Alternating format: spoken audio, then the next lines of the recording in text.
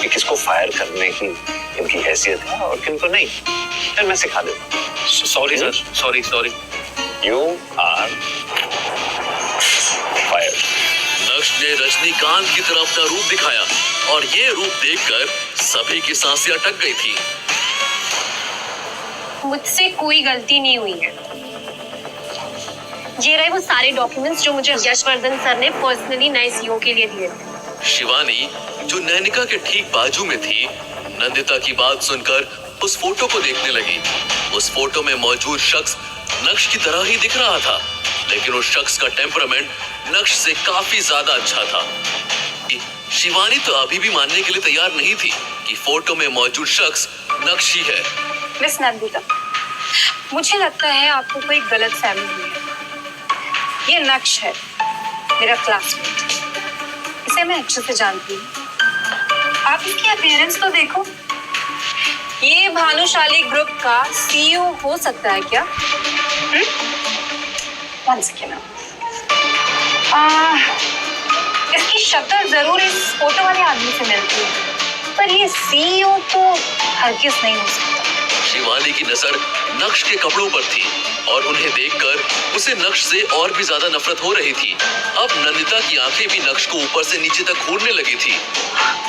Guys, आपको ऐसा लगता है कि ये भानुशाली ग्रुप का सीईओ है? आप एक बात बताइए कि क्या कोई सीईओ ऐसे लूज टी शर्ट शॉर्ट्स में ऑफिस में आएगा? हाँ, वो भी एक खटारा स्कूटर पर। वो जो कि अब बचा भी नहीं है ना? सॉरी यार, प्लीज। बच्चों पतली गली से निकल ले, वरना पुलिस निकालेगी। क्या बात है, आपकी बातों से तो अब और भी ज्यादा क्लियर हो गया है कि यही हमारी कंपनी के नए सीईओ हैं। यशवर्धन सर ने जो मुझे इंफॉर्मेशन दी थी उसके हिसाब से हमारे कंपनी के नए सीईओ का नाम नक्शी है। और देखिए, इनका नाम भी नक्शी है। डॉक्यूमेंट्स पे भी इनका नाम लिखा है। दरअसल ये फोटो ना 3 साल पहले की है। सो ऑब्वियसली 3 साल पहले हमारे सीईओ थोड़े से और जवान दिखते थे।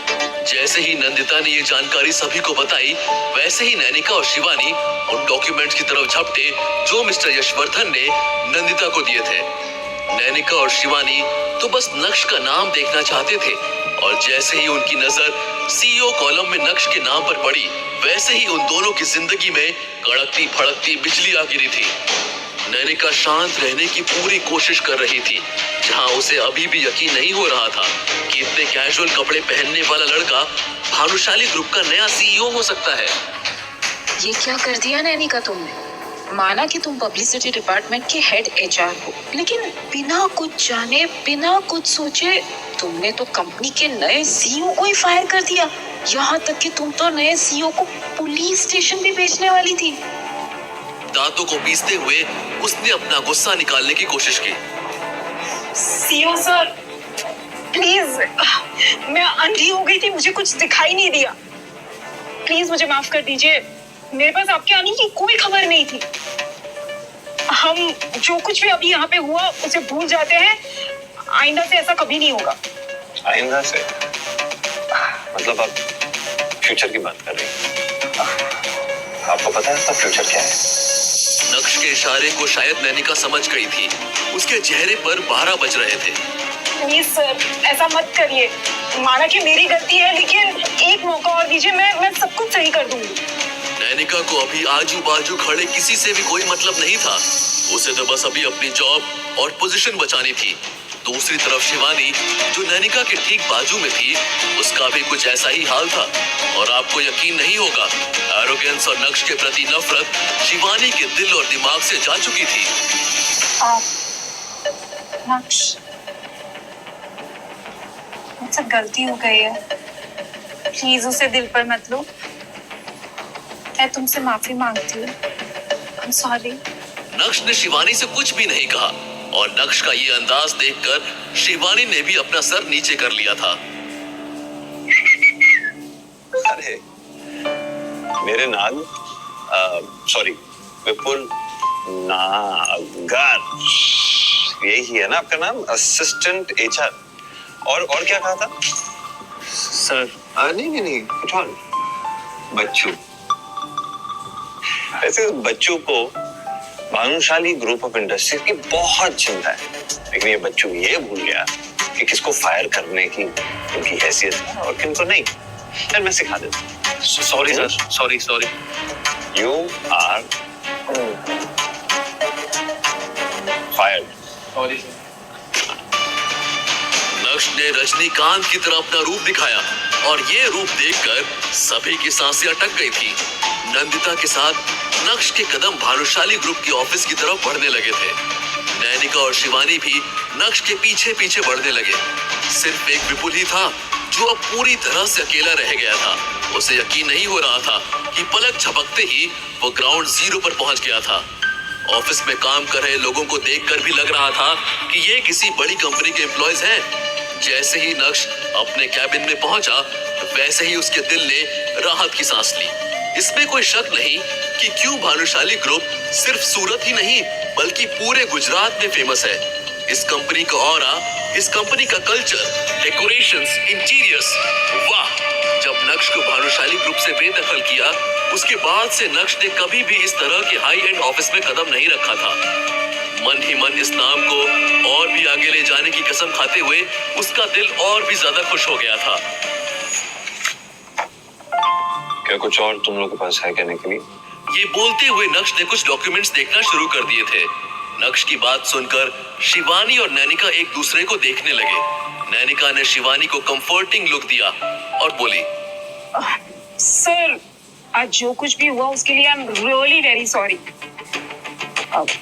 बस वो शिवानी को कॉन्ट्रैक्ट साइन करना है तो आप प्लीज देख लीजिए।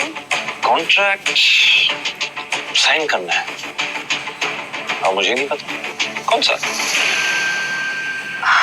नक्श, बोलो मत, मैं यहाँ कॉन्ट्रैक्ट साइन ही करने आई थी।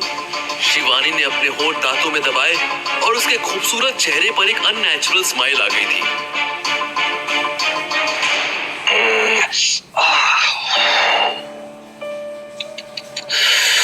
खटारा स्कूटर बदलना पड़ेगा।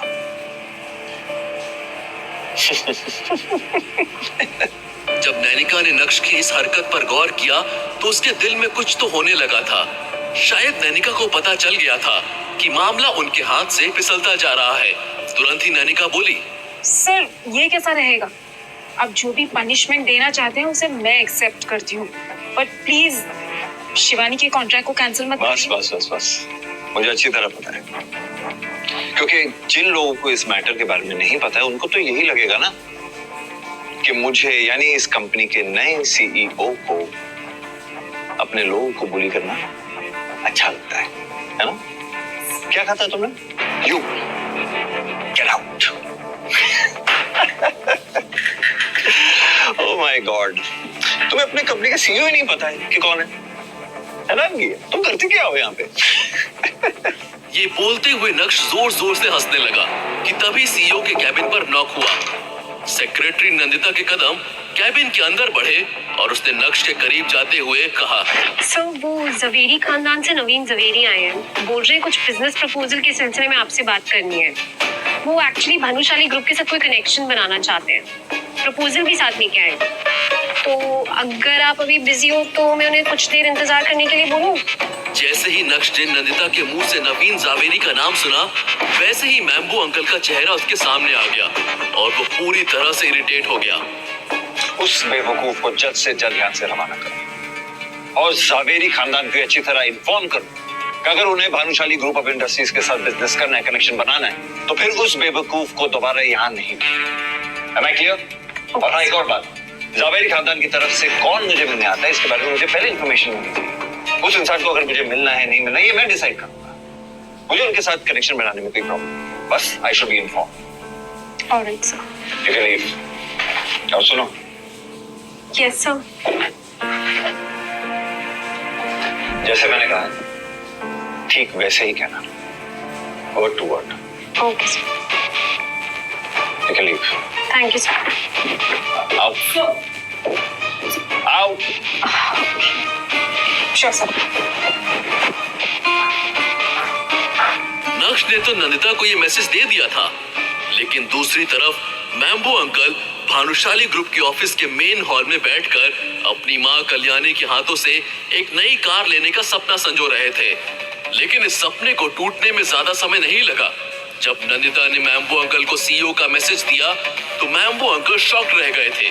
सीईओ का मैसेज देने के बाद नंदिता वहां से चली गई, लेकिन मैम्बो अंकल शॉक स्टेट में अभी भी यही सोच रहे थे कि ये क्या, मैं तो मिला भी नहीं, तो बिना मिले ही मुझे रवाना कर दिया। जब मैम्बो अंकल को एहसास हुआ कि उनके साथ बहुत गलत हुआ है तो उनके मुंह से जोर से कुछ अपशब्द बाहर निकले और इसी के साथ भानुशाली ग्रुप के एम्प्लॉयज उन्हें घूरने लगे थे। तब मैम्बो अंकल को एहसास हुआ कि वो अभी भानुशाली ग्रुप की टेरिटरी में है और उन्हें यहाँ ऐसी कोई भी हरकत नहीं करनी चाहिए। अपने गुस्से को अपने फेफड़ों में भरते हुए मैम्बो अंकल भानुशाली ग्रुप के ऑफिस से निकल गए थे।